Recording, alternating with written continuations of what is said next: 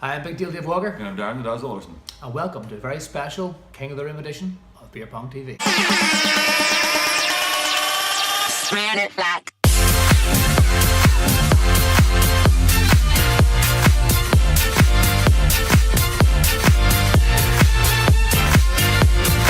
I just want to kick things off by giving a massive thank you to everyone who attended at the King of the Rim. You made such an unbelievable night. The atmosphere was unbelievable. Couldn't have asked for anything more. A big thank you to the bar for allowing us to be there, and the bar staff. Thank you so much, And for Ryan for taking the photos, and a big thank you to Lackey and Tom for, we couldn't do it without you. No, we were extremely highly stressed on the night. I don't know if you noticed, but thank you so much, and we probably do a few apologies as well as thanks for being quite short with people. But listen, thank you so much. We're pushed for time, but thanks for understanding. So another huge thank you goes out to Sold Out. They were the band who played on the night. They were absolutely excellent. People just talking how great you guys are, and we can't wait to see you again wherever you guys may play. Guys, just check these guys out on Facebook, give them a like because they're absolutely awesome. A big thank you also goes out to LA Drinks for providing the prize for the winners on the night. Thank you very much, guys. And also to Bennett's Bar for providing the pizza. Everyone seemed to enjoy it. And just remember, without these things, that these tournaments aren't possible. So thank you so much, guys. Really appreciate it. Also, just capping off all our thanks for the night. Our t-shirt sales went really well, which is great, awesome. So thank you everybody who was interested in Tough to Buy a t-shirt. And all we can do is hope you have sex in it. So anybody who was there on the night will know we went a bit on past time. Yeah, 20 to 2. Yeah, it was. It was touch and go. So the situation is we had to cap it there and recommence the one quarterfinal and the semi-finals all on the Monday. So thank you very much for all the people who were there and came along to help us and support us through that. But that's why maybe the footage won't be as of quality that you're used to. So without further ado, here we have the final of the King of the Rim. Ladies and gentlemen, welcome to the final of the King of the Rim. Unfortunately, here is our view. You can see it from downstairs in Bennett's. This is obviously on the Monday, not the Friday night, as we mentioned earlier. Correct. There's myself, Big Deal Dave Walker, flipping the coin. Just saying there that because Tom has a slightly more effeminate frame, he gets to call. He lost the toss. Lost the toss. He lost. There you can see him tossing the balls back to Michael Agnew, our other competitor in the final. We should say thank you to everybody who took part in the tournament. There were how many? About just shy of 50. Just shy of 50, and probably one of the most hotly contested tournaments that we've had. Oh, big time. The route to the final for both of these guys was actually pretty impressive. We should mention first of all, Tom Fraser, just how much he likes to beat women. Because in the quarterfinals he put out Caroline, and in the semi-finals he put out Sarah Donnelly. Sarah Donnelly being the only female to make it through into the semis, so huge shout out to her. Yeah, and also normally Tom Fraser takes part in a team called Solid 7. His counterpart Nathan Thomas was put out in the first round. First round by Sarah. Sarah bitched him by 5 cups, I believe. Yeah. Whoa. Probably one of the biggest defeats of the night. But not only that, there was a lot of upsets, particularly first round. This being a single elimination tournament, the one game you didn't want to lose was your first one. So a lot of people, I was talking to Cricky on the night, he had the fear big time. I myself got put out in the first round by somebody who's never played before. However, we have to say, well, myself, I was put out in the second, in the quarters, was it, by Michael Agnew, who you can see here is taken in the final, but we were highly stressed. You can't play the game and be as highly stressed as we were sorting everything out. There's to put on that huge night, there were just 4 people working, I say 3.5, you, Lackey, and then Tom being the half. Here we are actually looking down on how things are on the final. Again, we just want to apologise for the how this looks. This is obviously not the standard. We're making do with an unfortunate situation, and for it to happen in such a major tournament like the King Room. Correct. Yeah. And you can see me trying a bit of light-hearted comedy. That was me going down to the basement for something just very, very quickly, maybe a joke or two. But as you can see, the final here, not really great quality. These guys, I think, are really feeling the jitters. Not only that, the atmosphere that we generate at the King of the Ring with the band, with everything going on, it's huge. And then, it's a bit annoying for us to have to make them come in on another day that. On a Monday, especially. On a On a yeah. Monday. You know, so it's not like these guys were drinking heavily. You know, No. some of the jitters were there. Even some of the quarters and semis that we played on this night.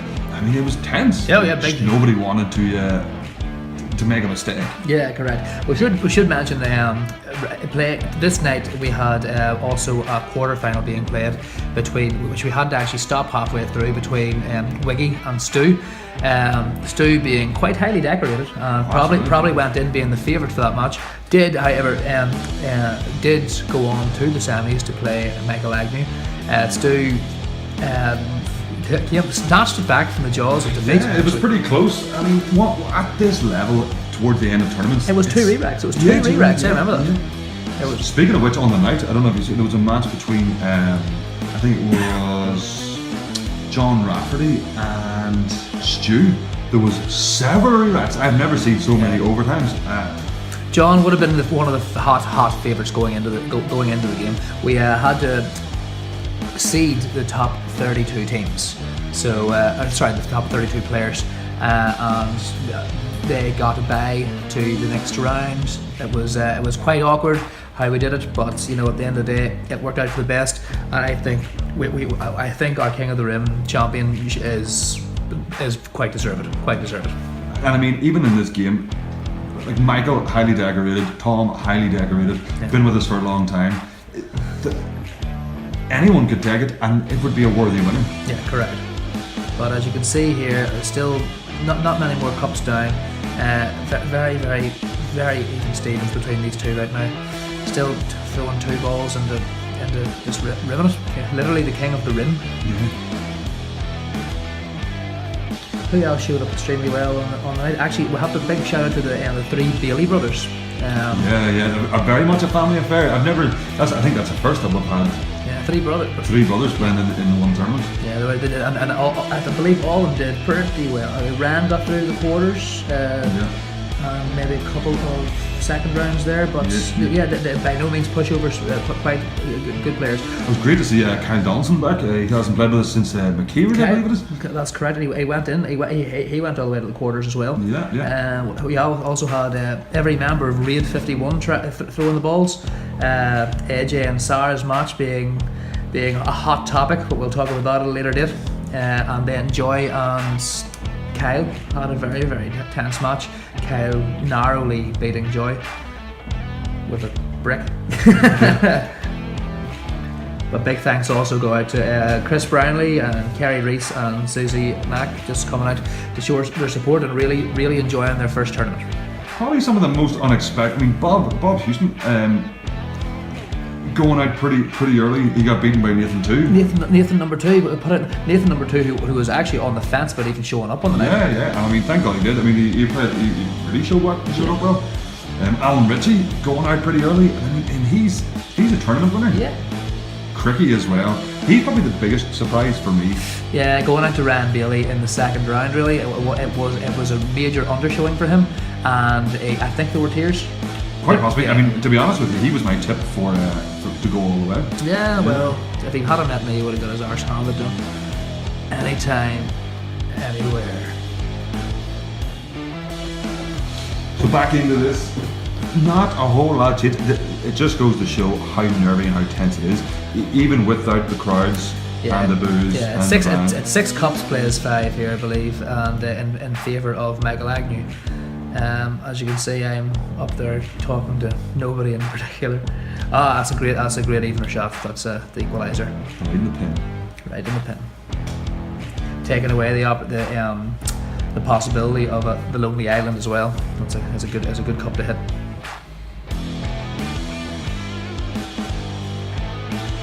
Oh! Michael is ripping at that. Absolutely ripping. He probably looked back at that shot and think to himself, what? This is actually probably a really good time to let everyone know that we will be introducing the elbow room into our next set of tournaments. I don't know if you can see here. It's a rule that Darren and I have pretty much always abided by, but so many players are their style of throwing will have to change, and you know, with that may come more or less success in the game. So The elbow. It's not a strict rule. But you do have to understand that with a certain players' gaits and heights really give them the advantage over somebody else. So I mean, it's just basically about posture control, and evening the playing field for everybody. Yeah, absolutely. And I mean, we will be releasing a video with some more defined rules as to how it's going to break down. But from here on out, you can expect. And it's a re-rack. It's a re-rack in the final of the King of the Rim. 3 plays 2. It's very close. Super close. But again, not unexpected. These are 2 high caliber players. Both. Solid 7 of late haven't won it a lot of late. They've really been held off. And there's the hat. There's the hat. Who made that for him again? Daniel. His full crown for now, if you will. Oh, excellent pin shot. What's he got? A double the pin would have helped so much there, but an air ball does not help anyone. But even Stevens, this is probably one of the tightest games we've ever seen. Right now, it's just, the guys are feeling a hell of a pressure. I think Agnew feels the pressure a lot more. He has been known in the past to crack a bit. Yeah, I mean, bearing in mind this is a guy who's in the Superpunk final. See, Tom can be so laid back. I think that really works for him. He doesn't get overly animated, nor you see if something doesn't go his way, he brushes it off very easily. I think Michael allows it to affect his game too much. It's a two-way sway. It has just gone totally in the favour. The other thing too is Tom is that big shot guy. If you he's hit a few against me. He has hit a few against me as well. I mean, Solid 7 are tipped up the top 3 teams that we've ever had, definitely. Oh man, we're so close. He is Angel ripping there. What's Tom got? Can he take it home? No, that's nerves if I've ever seen it. Underperforming. He should be ribbing them whenever he's just hitting the cup. It's just not good enough. Could get that crown back on you, buddy.